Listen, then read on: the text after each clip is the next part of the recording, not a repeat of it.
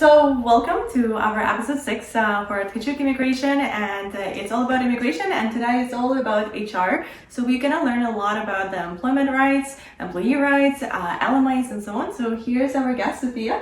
Please introduce yourself. Thank you so much for having me. I'm Sofiya. I am an HR professional.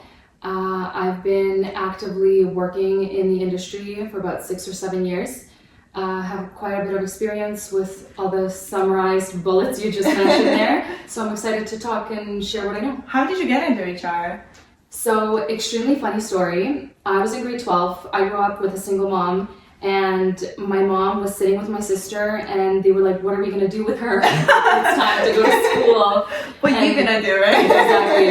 And I remember I had a Humber College program book at home, and my sister was just running down her finger, and she was like, HR, you should do HR. They have this in every company. And what's crazy is that when I finished HR, first of all, super embarrassing but funny fun fact, I didn't actually understand what HR was until third year. Oh wow. And after I graduated, I saw that it's compatible with my zodiac. No way. And I love it. I am definitely where I need to be. So that is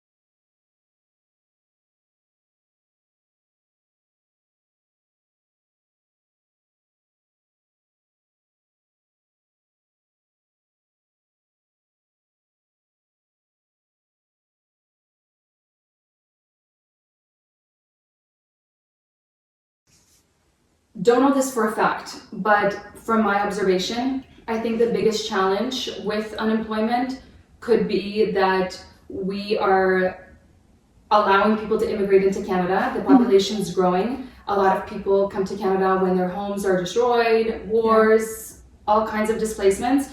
And so I think what happens when you have a population growing so rapidly, I don't know if the job market is necessarily growing at the same rate. Exactly. And so not only are there a lot more people for available roles, I think it's also that employers are being more picky about who they hire, because the cost to hire is also substantial. It depends on, what role you're looking to fill, but I genuinely believe that because of immigration over the last years, how many newcomers have come to Canada, I think that's what creates an issue. But I wouldn't say necessarily that Canadians have preference over immigration, because there are a lot of Canadians that don't progress in their careers. And there's this sometimes very visible difference where you see that immigrants come here and they work their butts off and they really commit to their careers, to building something for themselves.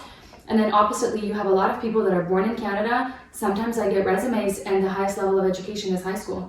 And I had no idea that was the thing until I actually started hiring and seeing those resumes for myself. So, well, immigrants are also sacrificing a lot to come to Canada. It's financially, socially, they give up a lot of things to just come here, and because of that price, they are willing to work really hard to achieve something new in Canada. I think that's really important.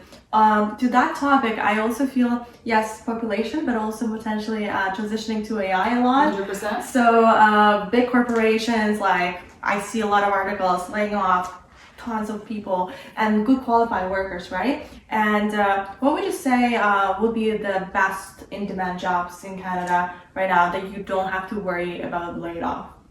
So because we're talking about immigration, I'll stick to kind of the more entry points of where you can come in. You can most definitely be a senior professional and find a job that's mid to senior level. 100%. I've seen people do it. It's possible. It's a matter of conveying your value through the standards of an application in Canada. When it comes to more entry-level points, very hands-on skilled trades, things that cannot be replaced by machines. Places like service industry is another one where you require people. I would say anything where you're working with your hands, machine stuff, technical knowledge, IT stuff, mechanics, that whole mechanical kind of industry, everything that requires like niche specific knowledge. If you have a talent like that maybe you haven't even necessarily worked in that area back home, you should absolutely come to Canada and explore that path for yourself. And I think it's a good point because it's quite in demand. Canada Immigration actually showed a lot of articles, and they stepped in and mentioned that we need trades, we need manufacturing, healthcare, right? And what I see, unfortunately, I spoke with a lot of officials, like in small town, especially like mayors and MP, they actually express surprised, not data, but like general interest of the young population not looking into the trades, but looking into something like entertainment and TikTok. Creation. And I don't blame them. There's like a new social world right now that we didn't have that. When we were younger, we didn't really have internet, so it was more, what do I do? Maybe I'll become a doctor, astronaut, something like that. It was like a more of a different type of a job. Right now it's a different interest. But I feel like when looking into, as you said, like to not be scared where I'm going to be laid off, I feel like something with your hand will stay for longer. Actually, just to bring up a point about the immigration here, we personally worked with Ontario programs a lot, and some of them are in demand positions. So for instance, machine operators, as you mentioned, shippers, receivers, these are entry jobs, right? But like they're still really in demand, and they get actually invited more into NP, especially if you work outside GTA, big cities. You're more likely to be invited, right? Of course, there's other factors that will affect your file, but I would say come to us individually and you will see your profile if you're eligible. And same with trades, we see like trades, invitation, and so on. So why do newcomers face more difficulties finding jobs? Why would you say that, and what mistakes do you see most of the time? So the reason why newcomers have a hard time finding work is a couple of reasons. One, very basic resume application standards. You mentioned AI. Many companies will have an ATS tool that will have AI that's going to have a literal robot scan through your resume. Your resume not only has to be readable, which pro tip, never have your resume be 2 columns. AI cannot read 2 columns. You want 1 column all across the page. Oh wow, good to know. Yeah, your resume should not be longer than 2 pages. And you should try to have it at least 1 full page at the minimum. Do not include your date of birth, your marital status, your photo, your SIN number on your resumes. Even SIN number, right? I've seen SIN numbers. And when you are putting together a resume, you need to understand that in order for you to be chosen based on this one piece of paper, your value needs to be translated to the best possible extent. So resume is a big... It's embarrassing to say, but it's the truth. I used to struggle with my own resume, being in HR early in my career. I know I'm an excellent worker. I know I'm an excellent team player. I can do a lot of work. I take initiative. I'm open. I am communicative, where I can take feedback and improve based on that feedback. And I didn't know how to convey my value on paper, and I wasn't landing a lot of opportunities. When you apply for a job, you should be getting 10% callbacks, which means if you apply to 10 jobs, at least one person should call you to screen you, to invite you to an interview, etc.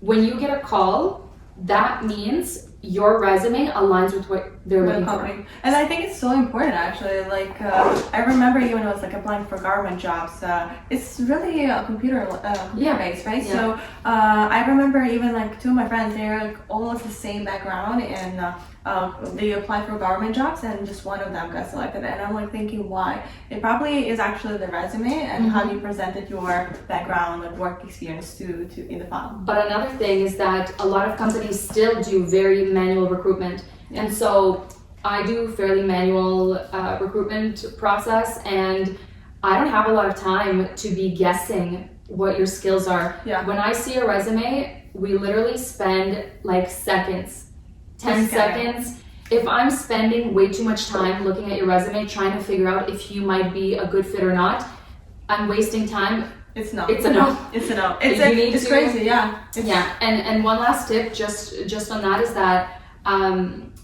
people need to culturally be able to fit into a company here in Canada.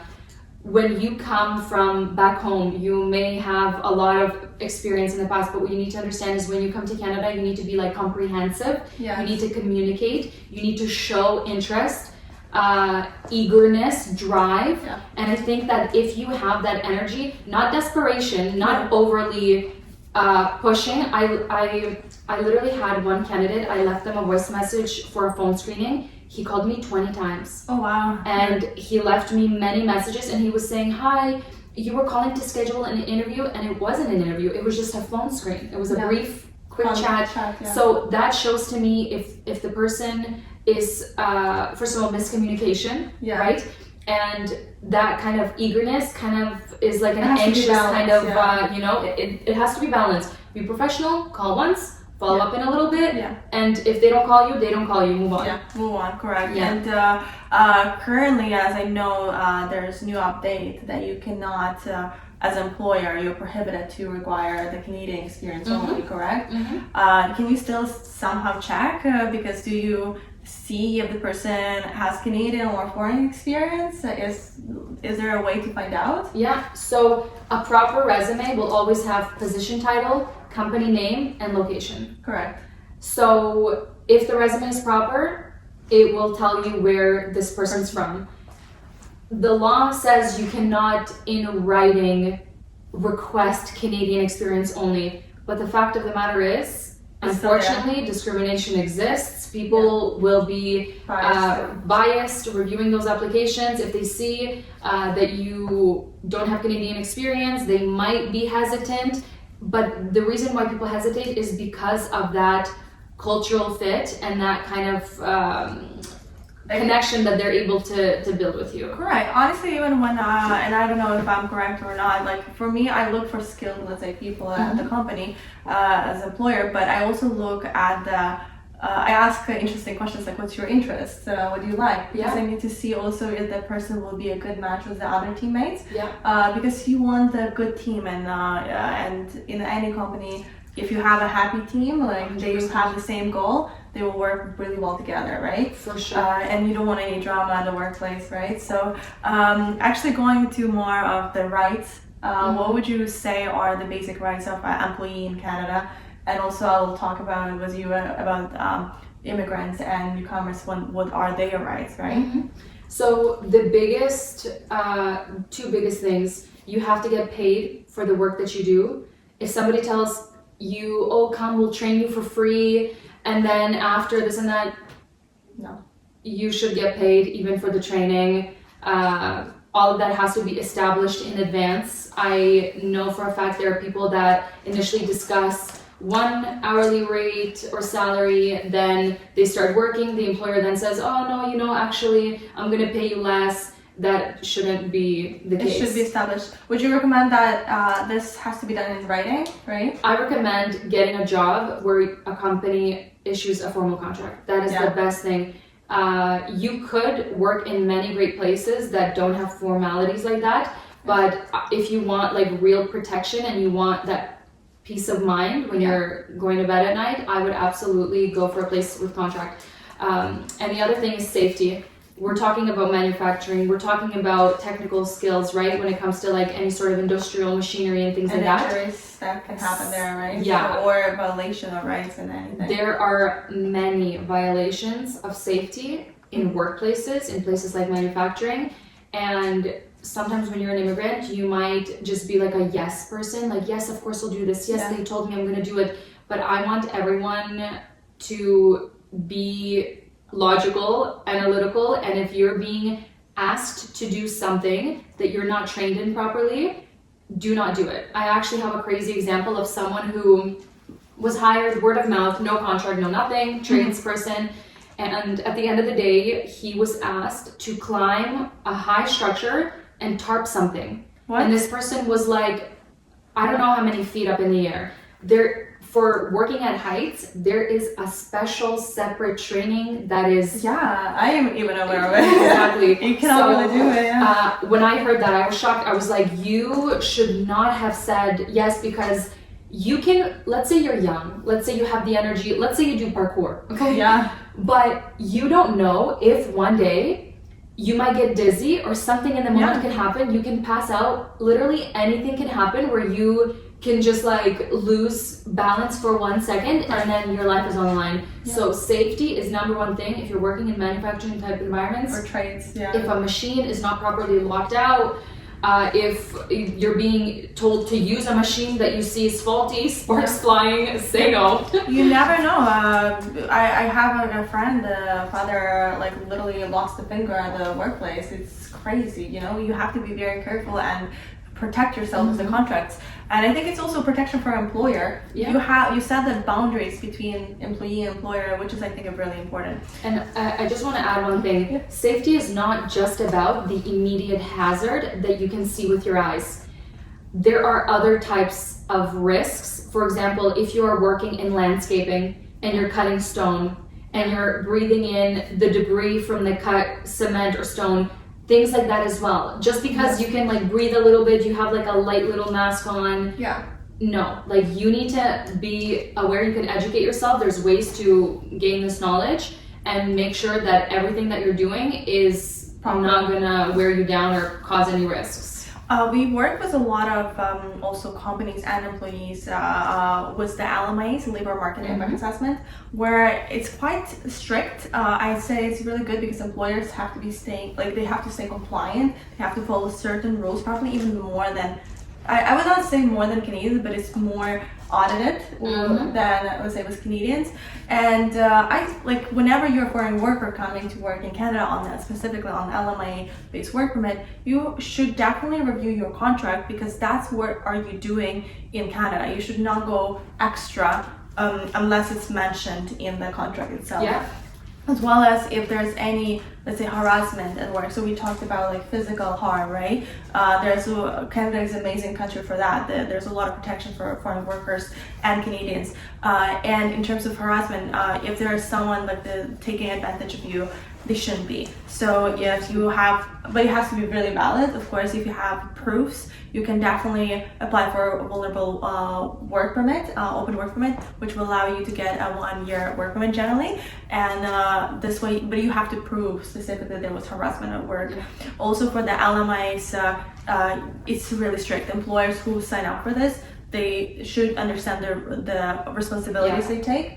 And it's an amazing program. I think employers should be doing if they're really struggling to find someone in Canada. Because honestly, sometimes I work with rural companies, Northern Ontario. It's very difficult to find someone in trades. As we mentioned in the beginning, young generation is not really showing that much interest. I hope it will change, but I see a lot of struggle to find even one person for the job, you know, just even one person who's not even skilled, but at the lower skill level.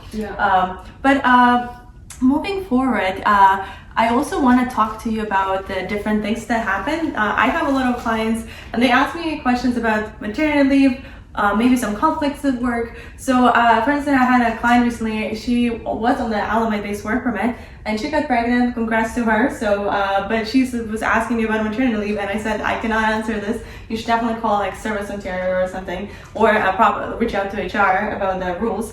Could you tell me what's like general eligibility for maternity leave is? For sure. So whether you're on on an LMIA or not, you are entitled to maternity leave. All you need to be eligible, for the most part, is just like a number of hours. It depends province to province, but in Ontario it's 600 hours. As soon as you have those 600 hours, you qualify for maternity leave. Your job is protected. You should not be afraid to be pregnant or uncomfortable about the fact. And it's just a matter of, finding out what you need, notifying your manager, notifying your HR. In many companies, if you have a good HR, you can have confidential conversations with them, asking them for advice before you speak to your manager. I don't know if this is right that I do that, but I definitely have had cases where I would have employees come to me and say, hi, this is currently on my mind, I'm kind of dealing with this and this and this. How do I tell my manager? And I prepare them for that conversation. There were times when I prepared people for conversations in their interviews when they were getting promoted internally, hired internally. So if you have a good HR in place, or even just somebody that you know is in HR in your network, talk to them. Talk to them for sure. I feel a lot of people are afraid to speak their mind, especially if they're immigrants, because we were immigrants ourselves, so we know how it is. You are scared, you don't know where to turn to, especially if you're working in the company, you're afraid to lose your job, especially right now with unemployment rate, right? There's also cases where here, because it does relate to immigration directly, sometimes there are cases at the workplace that turn into conflict. For instance, you have a coworker and someone said something and they get into fight, and you can get laid off. So in that situation, how HR approaches that? So that's a very sensitive scenario for the company involved and also the employees. Whenever you have an incident like that, you are not allowed to jump to conclusions as an employer. You have to go through the whole process of interviewing both employees separately, asking as many questions as you can, similar questions to connect the dots, check surveillance cameras, check for any witnesses, interview any witnesses. You have to do a full-on investigation to understand what happened.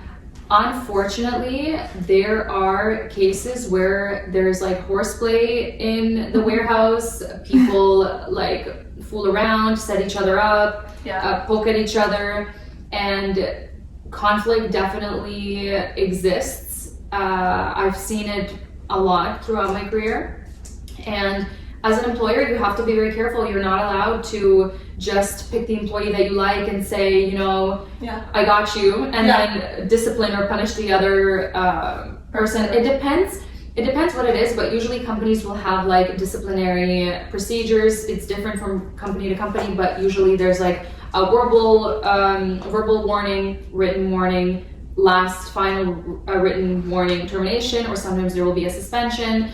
So there's a disciplinary framework in place. It really varies from company to company, but since we're talking about immigration here, stay away from conflict. The best thing to do is to simply, if anybody's aggressive or violent towards you, go to the manager, go to HR, be honest about things, don't over-exaggerate. If you're simply uncomfortable or the person makes you uncomfortable, they can make arrangements to try and help reduce kind of that conflict. So I would not get into any violent fist fighting or name calling or anything like that, especially if you're an immigrant, especially if you're on work permits and things like that. You just don't want that kind of stuff on your record. And one thing I will tell you, sometimes when we're at work, we're so angry at this person who in our mind doesn't know what they're doing, is not doing their job, I'm working harder than them.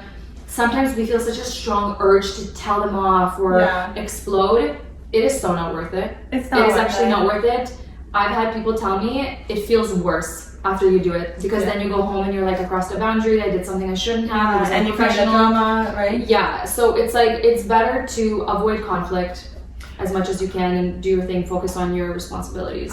It's better to just try, if there's someone bullying you at work, of course don't tolerate this, right? Of course. Approach the HR as mentioned, but I did have a consultation with clients where they say, well, outcome of the work is where I lost the job, right? I don't know, I'm not going into details, but let's say if you're an LMI-based worker, it does affect your status.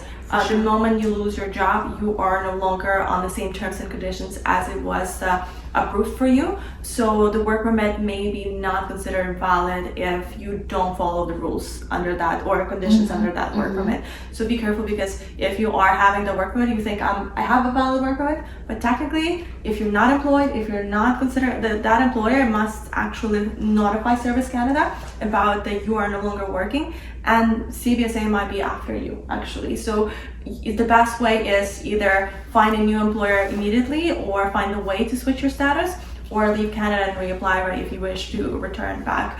On the other hand, if the worst case scenario is when I heard that if you have a conflict, one thing is to be laid off, but another thing if the other person presses charges against you. So I would say it's the worst thing it's not the worst thing, but it's something that will escalate your file to more challenging situation. You don't want that on your record. It's not just even that. If by any chance you are considered to be convicted for some sort of situation, if the charges are there, first of all, it puts you on hold with your immigration application if you have any. I don't know. So exactly, I had a client who applied for PR and there was charges against him. Until the situation was resolved and the charges were dropped, he couldn't get the PR. So that's something, and as you know, in Canada, we are a little bit slow with resolutions. Yeah. So that court could take a year or a 2 year or something. So your PR can be on hold for 2 years until it's actually resolved. Same thing if you are convicted. You might just you most likely get a removal order, an exclusion order, and you might be banned from Canada. So I think you definitely want to think about it. And if you do have a removal order, it's really hard to put a stay on it unless you have some good reasons. So moving forward about different immigration employer. So what would be your recommendation for immigrants to find a job? You mentioned about their resume. Would you say employers are willing to hire immigrants? Are they willing to do the LMIAs? So from my experience, I have yet to come across a company that has LMIA as their regular process. It is costly. Yeah. It takes time. It requires extra work, resources, right? So that being said, I have seen firsthand a lot of LMIAs. And here's the thing. A lot of employers will tell you, we don't do LMIAs, but they still do them. And the reason why they still do them is not because they weren't able to hire, so they hired internationally. It's because they hired a person who was so good, their permit was expiring, and they were like, we cannot lose someone as good as this person. Yeah. So it's probably hard to find Canadian for that replacement, right? Someone who's that skilled. In many cases, you build a relationship with your employer, and they know you're excellent, and they don't want to lose you, even though you might be like an entry-level position. So here would be my best advice.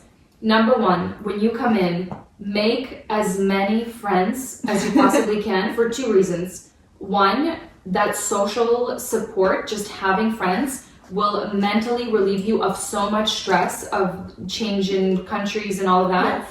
And second, the networking that they push forward so much, it's no longer about going to a formal networking event. Networking is the most effective when you actually have real connections with people. Yes. Like you and I spoke earlier, and I said I have a contact for you. Yeah, it's crazy. But how they tell you reach out to recruiters, that doesn't work anymore. When I as a recruiter doing recruitment, when I get a DM on LinkedIn of people trying to introduce themselves, it's like getting a cold call. Yeah. Correct. In business, it's they're trying to sell me themselves when I'm not actually looking to buy a service or a product, right? Yeah. So I would say make friends. Through those friends, try and find opportunities. Through those friends, learn what are the standards. YouTube, watch what works in 2026. Every single year something different. You want to have a good resume. your resume shouldn't just be, let's say manufacturing, operated X machine, ability to drive forklift, great team player. No, those bullet points don't work anymore. You want to say, I have, let's say, 10,000 hours plus of running a machine, or 6+ years of operating this machine, experience troubleshooting, strong attention to detail. You basically want to say in your resume that with my being there in this role, I help the company avoid errors, increase productivity, push production forward. That's what they want to see on the resume. Do not copy paste the same bullets. ChatGPT, listen, I know like a year ago, everybody was saying ChatGPT. I get nauseous reading the same thing, like probably similar, like an entry-level manufacturing resume. And I'm saying screening questions. Do you have experience? How many years of, let's say, this machine operating experience do you have? And I get a response with, well, I don't have direct experience with operating this machine. And I'm great, learnable. Great question for it. Like, you can see the ChatGPT through and through. Do not ChatGPT your things. And on the topic of how to get an LMIA, oh my goodness, I get calls. People, I call you to screen you. You have an opportunity. I called you because your resume aligns with what we're looking for. And your first question to me is, what's the pay? Do you guys do LMIAs? That cannot be the first question that you ask. That's good to know. That's good to know. You cannot call companies and say, do you do LMIAs? I'm sure there are companies that like heavily do LMIAs, but you're better off. It's a turn off first. It's a bit of a turn off, and this is the best strategy. If I was an immigrant and I needed an LMIA, I would come to Canada. I would find a job, like the most secure job that I could evaluate that it's secure and find. I would always show up to work on time. Always even come early. Don't be leaving early or poor punctuality issues. I would always be on time. I would always be listening, willing to get better, showing initiative. Because after a while, let's say your work permit's for 3 years. At the end of those 3 years, you can go to your employer and you can say, hey, my work permit is expiring. I'm exploring all my options and I just wanted to know, is this something that you guys could potentially do for me? If the company has built a relationship with you, if you are reliable, and if you are skilled, you can show up on time all you want. But if you're not doing the work at high level, you're not going to get that relationship truly established. And so get into one company, do not job hop. I see that a lot. 6 months here, 3 months there, 4 months here, and then I'm the last one that they call and ask if we do an LMIA. You want to find one employer for those 3 years maximum. Like, you want to be with a company for at least a year, maybe 2 years, and you have to outwork everybody there. I'm not saying drive yourself to the ground, but I'm just saying you have to be so good to work with that they want to keep you, that they're like, yeah, we can hire another machine operator, it's not a big deal, but this guy, like, we want someone like him. That's how you're going to get an LMIA. 100%. And you know what? It's funny because I do work with companies who brought, let's say, a person from overseas. They were like a team member or crew, right? In operation, and they grew up to supervisor, to manager, and they're like really in a high-end position. And even right now, when the LMIA rules are so strict, and just to keep it updated a little bit, there's a low wage and high wage, and there's in Ontario it's $36 that separates those. So if your wage is below $36, it's a low wage. Right now, employers may not qualify. Not a lot of them can do that. And if they are, they have limited spots because of their cap. In addition, what they're looking for is probably supporting you for only 1 year, because LMA for low wage do not anymore allow 2 years or 3 years. They allow only 1 year, and that's something that they have to pay $1,000 for government fees. They have to pay immigration consultant or a lawyer to process this LMA. So that's pretty costly. It's a lot of cost for employer to just support you, right? For sure. So you have to be a good investment. They're investing in you just to get you one more year. Just 1 more year, and then they probably have to do it again. And if they're offering you $36 an hour, they are really probably investing in you. Oh, 100%. Yeah, I've seen it. People do it, but you really have to you have to fit in what that role is and what the culture is.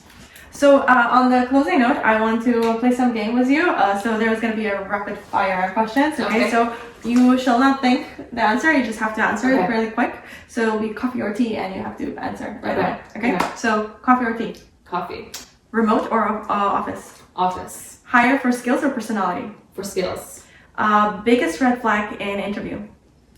The first question being, what's the pay? Resume or networking?